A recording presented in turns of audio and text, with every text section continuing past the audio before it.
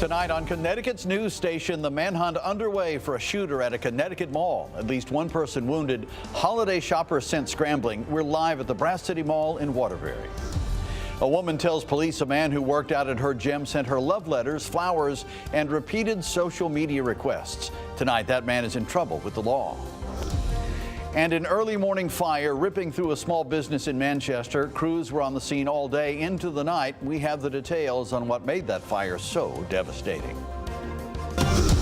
Now at 10, this is Fox 61, Connecticut's news station.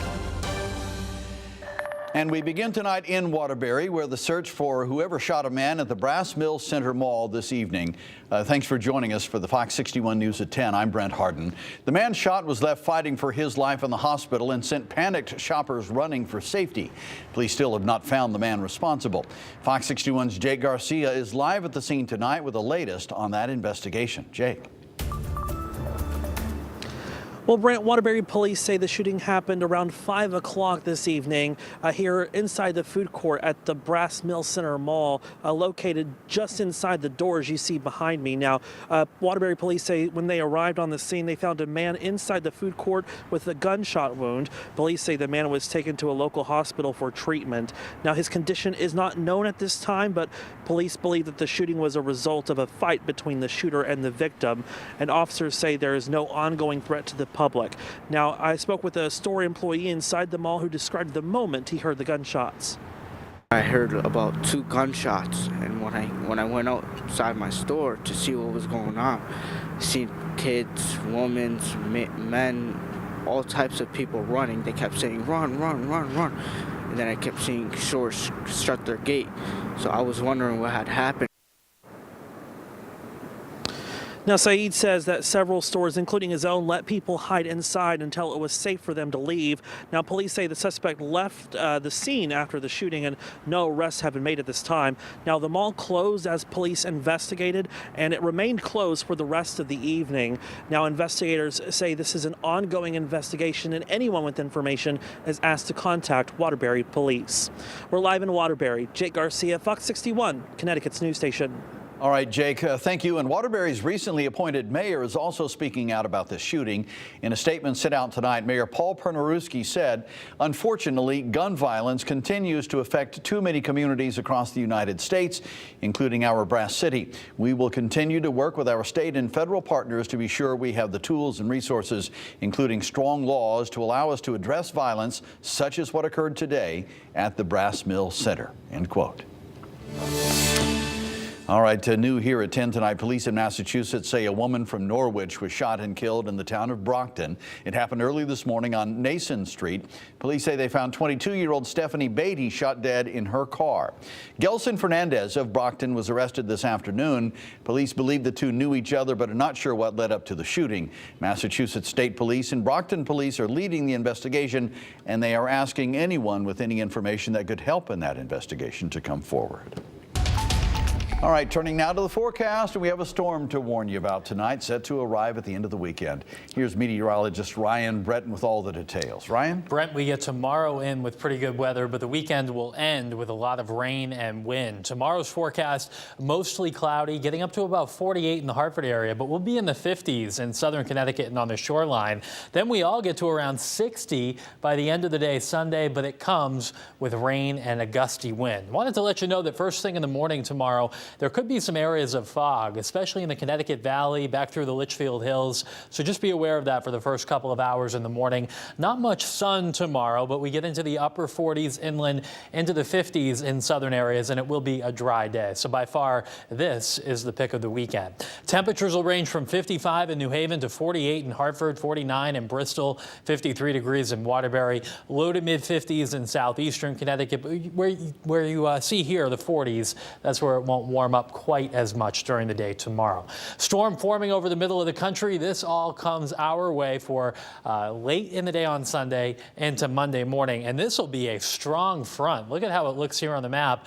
6 o'clock in the morning on Monday, some thunder moving through southern New England and a change to snow in the Adirondacks and Green Mountains in Vermont. So we have a weather watch alert up for Sunday afternoon through early Monday for the potential of flooding rain and strong gusty winds that could cause some power outages. We'll take take a close look at the timeline and the changes that this storm brings for next week coming up. All right, Ryan, thank you. Utility companies serving Connecticut are gearing up for Sunday night's storm. Eversource has recruited help from out of state and positioned its trucks around Connecticut for faster response to outages. Before then, it's a good idea to make sure your home is well stocked with flashlights, batteries, water, and non-perishable foods. It's also easy to overlook, but check on your supply of both pet food and any medications if you use those. Don't forget to keep your devices fully charged as well. Both Eversource and United Illuminating offer outage text alerts on their websites. Well, new at 10 tonight, an Ansonia man has been arrested accused of stalking a woman that he met at a gym in Shelton. Police say 58-year-old Alexander Tamdemir sent the woman a 5-page letter in the mail professing his love, but the alleged harassment does not stop there. The woman says Tamdemir made fake accounts on social media to try and follow her, repeatedly sending flowers to her address and even drove by her home multiple times. Tamdemir was charged with second-degree stalking and was released today on a $10,000 bond. He'll be back in court on Monday. Scary scene in Manchester tonight where a man is lucky to be alive. He had to be rescued by an off-duty firefighter after flames burst out at a used automobile dealership called Capital Automotive 2. That business sits on Capitol Street and Main Street, and Connecticut's news station has been following the story since the fire was first called in this morning. Fox 61's Matt Caron has more on how one worker was saved and why this blaze proved to be such a nightmare for the fire crews to put out. Well, behind me is Capital Auto, at least what's left of it. At about 9:30 this morning, flames erupted inside this auto repair shop on Main Street. The situation's so intense that the thick, billowing black smoke could be seen for miles away on I-84. It's going to be a long afternoon. There's no other way around it. And it was. The inferno that engulfed Capital Auto on Main Street in Manchester Friday morning smoldered well into the afternoon. Burning pretty good for a couple hours now. Luckily, no one was hurt, but that's due in large part to an off-duty Manchester fire lieutenant who not only called in the blaze, but saw an employee trapped in one of the repair bays. One of the guys that worked there, he was beating on a window with his bare hands, and his hands were all bloody. He heard someone tapping on the glass from the inside. Turned out to be the second employee trying to break the glass to get out. He helped the guy break the glass and helped him out of the building, effectively making a rescue. By mid-afternoon, an excavator was brought in to tear down the charred business, which also housed about a dozen burned-out vehicles. It's not official what started the fire, but Our early understanding is it might have been from welding. in addition to fire control, crews from the State Department of Energy and Environmental Protection were brought in to see if any chemicals made their way into the nearby Bigelow Brook. Petroleums, oils, possible some paints. They have us coming in to help with investigation to see what type of environmental impact that can be. Take a look as our Sky 61 drone captured the massive fire scene from above. The peak of the blaze, the flames, so intense. Flames shooting out the roof. I mean, pretty serious. They extended to a nearby house. 2 occupants of that house made it out. No one else was in it. And even once this fire is completely out and this building is completely torn down, the work still isn't over. I'm told that all of this debris is going to have to be hauled away to a special landfill meant to handle toxic, contaminated materials. Reporting in Manchester, Matt Caron, Fox 61, Connecticut's news station. And more than a month and numerous court appearances later, a sex offender suspected in the murder of a visiting nurse still has not been charged with the crime. Michael Reese stood briefly before a Superior Court judge today, appearing on theft and drug-related charges.